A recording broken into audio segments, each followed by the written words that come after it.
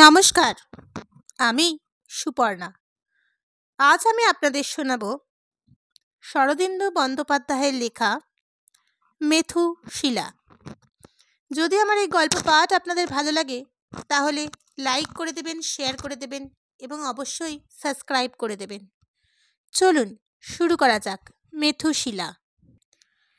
Bible বর্ণিত মেথুশিলা পুরুষ ছিলেন বলিয়াই আমাদের বিশ্বাস, কিন্তু বাংলাদেশে আসিয়া জ্যেষ্ঠ ভগিনী চারুশীলার সহিত মিল বজায় রাখিবার জন্য তাহাকে নারী মূর্তি পরিগ্রহ করিতে হইবে, একথা যদি তাহার জানা থাকিত তাহা হইলে বোধ করি 969 বছর বয়সেও তিনি মরিতে রাজি হইতেন না। কিন্তু মুসার ভগবান বৃদ্ধ বয়সে একটি রসিকতা করিবার বাসনা করিয়াছিলেন, তাই সর্দা আইন পাশ হইবার কিছুদিন আগেকার কথা। সনাতন ধর্মের জাত বাঁচাইবার জন্য নিষ্ঠাবান হিন্দু মাত্রেই আত্মীয় কুটুম্ব যে যেখানে আছে সকলের বিবাহ দিয়া ফেলিতেছেন। গ্রহণ লাগিলে আর আহার চলিবে না। ইত্যবসরে সন্দেশ ও মৎস্যের দর ভয়ঙ্কর চড়িয়া যাইতেছে। জমিদার লালমোহন চৌধুরী মহাশয়কে সনাতন হিন্দু ধর্মের বিজয়স্তম্ভ বলিলে সম্ভবত তাহার বাবুর্চি নিয়ামত মিয়া দাঁত বাহির করিয়া ভাল্লুকের মতো হাসিবে। অতএব সে কথা বলিব না। কিন্তু তিনিও এই হিরিকে পুত্রের বিবাহ দিবার জন্য বদ্ধপরিকর হইয়াছেন। পুত্র অবশ্য নাবালক নয়, তাহার 23-24 বছর বয়স। আইনে বাধে না, কিন্তু চৌধুরী মহাশয়ের দুরভিসন্ধি অন্য প্রকার। তিনি একটি 10ম বর্ষীয়া বালিকার সহিত পুত্রের বিবাহ দিতে চান। চৌধুরী পরিবারের কোনো বধূই আজ পর্যন্ত 10 বৎসরের অধিক বয়স লইয়া দুধে আলতা পা দেয় নাই। কিন্তু পুত্র ব্রজমোহনের মনে ভাবী বধূ সম্বন্ধে সম্পূর্ণ ভিন্ন রূপ পরিকল্পনা বিদ্যমান ছিল। তা দিয়া ডিম ফুটাইয়া ছানা লালন পালন করিয়া দাম্পত্য জীবনের কলকাকলির ভূমিকা প্রস্তুত করিতে সে উৎসুক ছিল না। সাধারণ বাঙালির আয়ুষ্কাল যে মাত্র 23 বৎসর, ইহা সে কলেজে পড়িয়া জানিয়া লইয়াছিল। তাহার ধারণা জন্মাইয়াছিল যে বধূ হইবে ডাঁসা পেয়ারার মতো, বয়স হইবে 17 কিংবা 18, রূপের চেয়ে বয়সে বেশি ঢলঢল করিবে, প্রেমের অভিজ্ঞতা পরোক্ষভাবে ভিতরে ভিতরে ভালো রকম থাকিবে এবং স্বামীর প্রথম চুম্বন করিলে বাবা গো বলিয়া কাঁদিয়া উঠিবে না। শেষোক্ত রূপ ঘটনা চৌধুর পরিবারে ইতিপূর্বে একবার ঘটিয়া গিয়াছিল। সুতরাং আদর্শ লইয়া পিতা পুত্রের সংঘর্ষ উপস্থিত হইল। কিন্তু লালমোহনবাবু সম্ভবত মুরগি খাইতেন বলিয়া পুত্রের আদর্শকে এক কথায় নাকচ করিয়া দিলেন না। তিনি কুটিল কুপথ খাটাইতে ধরিলেন। ব্রজমোহনের পিছনে তার্কিক লাগিল। দুই আদর্শের আপেক্ষিক শ্রেষ্ঠত্ব লইয়া বাড়িতে অষ্টপ্রহর তর্ক চলিতে লাগিল। বরপক্ষের প্রধান কুশলী মেজবতী মেয়েদের মধ্যে তাহার তর্কই সর্বাপেক্ষা যুক্তিসঙ্গত। একদিন তিনি কোমর বাঁধিয়া ব্রজকে বুঝাইতে বসিলেন। অন্যান্য কথার পর বলিলেন, 20 বছরের একটা ধাড়ি মেয়ে বিয়ে করে আনবে, সেটা কি দেখতে শুনতে ভালো হবে? ব্রজ বলিল, 20 বছরের ধাড়ি মেয়ে মন্দ কিসে? মেজবৌদি বলিলেন, সব দিক দিয়েই মন্দ। মা গো, ভাবতেই যেন গা কেমন করে ওঠে। ব্রজ বলিল, শুধু মুখে বললে হবে না, প্রমাণ করতে হবে। মেজবৌদি তর্কের ঝোঁকে বলিলেন, প্রমাণ আবার কি? তোমার যে অনসৃষ্টির কথা, 20 বছরের পাকা মেয়ে কখনো ভালো হয়? ব্রজ জিজ্ঞাসা করল, তোমার এখন বয়স কত? মেজবৌদি চালাকি করিয়া কথাটা এড়াইয়া গিয়া বলিলেন, তুমি বড় বাজে তর্ক করো। ধান ভানতে শিবের গীত। দেখো দেখিনি আমাদের কেমন বিয়ে হয়েছিল। যখন শ্বশুর বাড়ি এলুম তখন বর কাকে বলে তাই জানি না বলিয়া সুখের হাসি হাসিলেন।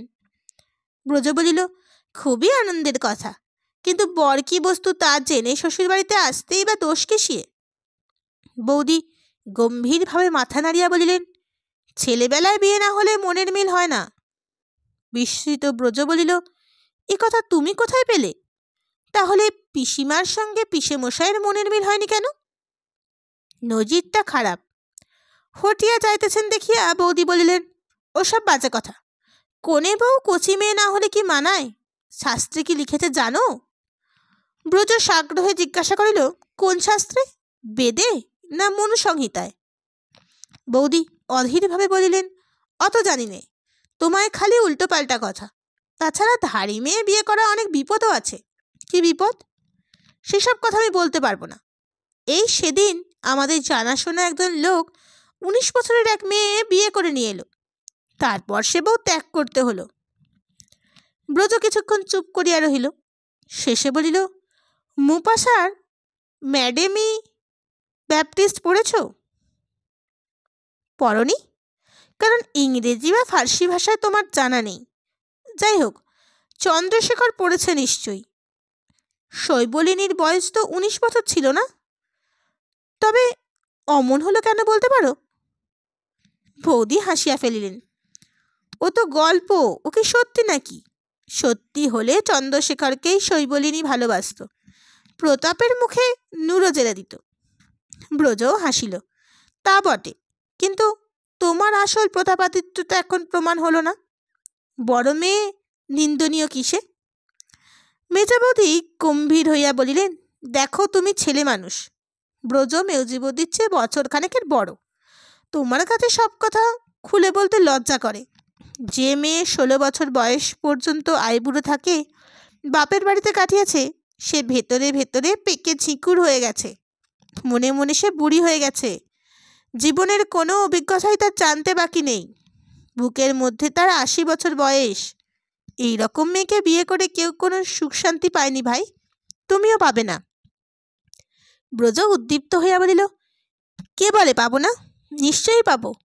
বরং সংসার যাত্রার অভিজ্ঞতায় সম্বল যার নেই, তাকে নিয়েই পথ চলা মুশকিল হয়ে পড়বে। তুমি যাকে 80 বছরের বুড়ি বলছো, সেই 80 বছরের বুড়িই আমার চাই। 10 বছরের খুকি সুখ শান্তি জানে কি? সে তা দেবে কোত্থেকে? দেবার ক্ষমতা এক ওই 80 বছরের বুড়িরই আছে। বৌদি মুখ টিপিয়া হাসিয়া বলিলেন, সে বরং মন্দ কথা নয়, কিন্তু 80 বছরের আইবুড়ো বুড়ি পাওয়া মুশকিল হবে। সেকালে কুলিনদের ঘরে থাকতে শুনেছি। ব্রজ ঈষৎ শান্ত হইয়া বলিল, আমি সে বুড়ির কথা বলিনি, আমি চাই বৃদ্ধত্বং জড়সাবিনা। মন যার পরিপুষ্ট হয়নি তাকে বিয়ে করে লাভ কি? সে তো খেলার পুতুল, আমি খেলার পুতুল চাই না। বৌদি বলিয়া উঠিলেন, আচ্ছা বাবাকে সে কথাই বলবো, কিন্তু এই মেয়েটিকে একবার দেখে এলে পারতে। কচি মেয়ে, চোখে দেখলে পাপ হবে এমন তো শাস্ত্রে লেখেনি। ব্রজ মুখ তুলিয়া বলিল, আবার কোন মেয়ে? নতুন সম্বন্ধ এসেছে, কলকাতার মেয়ে, বাবার খুব পছন্দ হয়েছে, কুষ্টিও মিলেছে। যাও না, দেখলে হয়তো পছন্দ হয়ে যেতেও পারে। মেয়েটির বয়স কত? 3 না 4? না গো না, আশ্বিন মাসে 10 পেরিয়ে 11 পা দিয়েছে। বলো কি, এখন তার বাপকে কেউ এক ঘরে করছে না? তার শিশুটির নাম কি, পুটু না বুচু? ওর নাম মেথুশিলা। ব্রজ কিছুক্ষণ হাঁ করিয়া চাহিয়া রহিল, শেষে হাসিয়া বলিল, ও বয়সের সঙ্গে সামঞ্জস্য রাখবার জন্যই বোধ করি এই নামকরণ হয়েছে, কিন্তু এখনই দেখতে যেতে হবে, আরও বছর 10 অপেক্ষা করলে হয় না? বৌদি রাগ করিয়া বলিলেন, তারাও অতদিন হাপিত্তেশ করে তোমার জন্য বসে থাকতে পারবে না, তার ওপর আবার আইন হচ্ছে। ব্রত চিন্তা করিয়া বলিল, তাহলে বাবার ইচ্ছে আমি এই মেয়েকেই দেখতে যাই। হ্যাঁ, আর তোমার দাদাদেরও তাই ইচ্ছে। বেশ, যাব। কলকাতায় একটা কাজও আছে, কিন্তু আগে থাকতে বলে রাখছি, আমার পছন্দ হবে না, তখন দোষ দিও না। বড় মানুষের বাড়ির মেয়ে দেখা, যাহারা দেখিতে আসিতেছে তারাও বড় মানুষ, সুতরাং উদ্যোগ আয়োজন ভালোই হইয়াছিল। বৈঠকখানা ঘরের মেঝে কার্পেট পাতিয়া আসর প্রস্তুত করা হইয়াছিল। পাড়ার গণ্যমান্য কয়েকজন বয়োবৃদ্ধ বসিয়া গড়গড়া টানিতেছিল। ব্রজর সঙ্গে আসিয়াছিলেন তাহার দুই বন্ধু। যথাবিধি আদর আপ্যায়নের পর কন্যার বাপ সগর্ব হাস্যে জানাইলেন যে তাহার মেয়ে আজকালকার মেয়ের মতো নয়, তাহার বয়স মাত্র 10 বৎসর। বর্ষিয়াগণ মাথা নাড়িয়া সায় দিলেন। তারপর মেয়ের বাপ অন্দরে গিয়ে মেয়েকে হাত ধরিয়া লইয়া আসিলেন। মেয়ে গালিচার ওপর বসিয়া করজোড়ে মাটিতে মাথা ঠেকাইয়া প্রণাম করিল। মেয়েটি দেখিতে ছোটখাটো, দেহের রং খুব ফর্সা, মুখের গড়ন চমৎকার। ব্রজ একবার তাকাইয়া নিরুৎসুকভাবে বসিয়া রহিল। ভাবিতে লাগিল, মেয়েটা এখনো তাহার আগডুম বাগডুম খেলিবার জন্য আহ্বান করিতেছে না কেন? বন্ধুরা মেয়েকে প্রশ্ন করিতে লাগিলেন। সে মাথা হেঁট করিয়া জবাব দিতে লাগিল। হঠাৎ কি একটা কৌতুককর প্রশ্নে মেয়েটি হাসিয়া মুখ তুলিয়া চাহিল। ব্রজর সঙ্গে তাহার চোখাচোখি হয়ে গেল। ব্রজ তড়িৎ পৃষ্ঠের মতো উঠিয়া দাঁড়াই বইল, দেখা হয়েছে, এবার ভেতরে নিয়ে যান। মেয়েটি প্রণাম করিয়া প্রস্থান করিল। কন্যার বাপ মতামত জানিতে চাহিলেন। ব্রজর সঙ্গে বন্ধুদের চোখে চোখে ইশারা হইল। তাহারা বলিলেন, পরে খবর পাঠাবো। পরে খবর পাঠানোর একটি মাত্র অর্থ হয়। গৃহকর্তা বিমর্ষ হইয়া কন্যার বয়সের অল্পতার দিকে আবার সকলের দৃষ্টি আকর্ষণ করিলেন। সকলেই তাহা এক বাক্যে স্বীকার করিলেন। গৃহকর্তা তখন চলযোগের প্রস্তাব করিতেই ব্রজ কোনো মতে কাটাইয়া দিয়া উঠিয়া পড়িল। ট্রেনে ফিরতে ফিরতে বন্ধুরা বহুবার জিজ্ঞাসা করিল, কি হে, ব্যাপারটা কি, খুলেই বলো না। পছন্দ হয়নি তা তো বুঝতেই পারছি, কিন্তু কারণটা কি?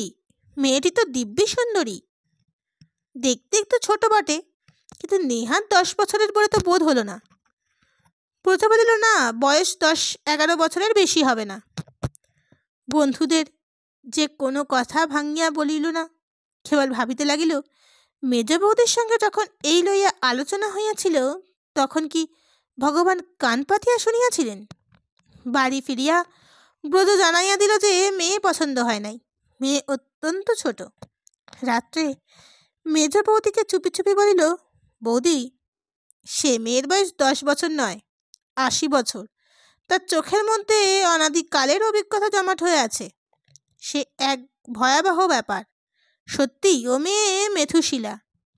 3 কালের বুড়ি জরাচীর্ণ হাড়গোড় নিয়ে ওর বুকের মধ্যে বসে আছে। ও মেয়ে নিয়ে আমি কি করব? এই বলিয়া ব্রজ শিহরিয়া চক্ষু মুদিল।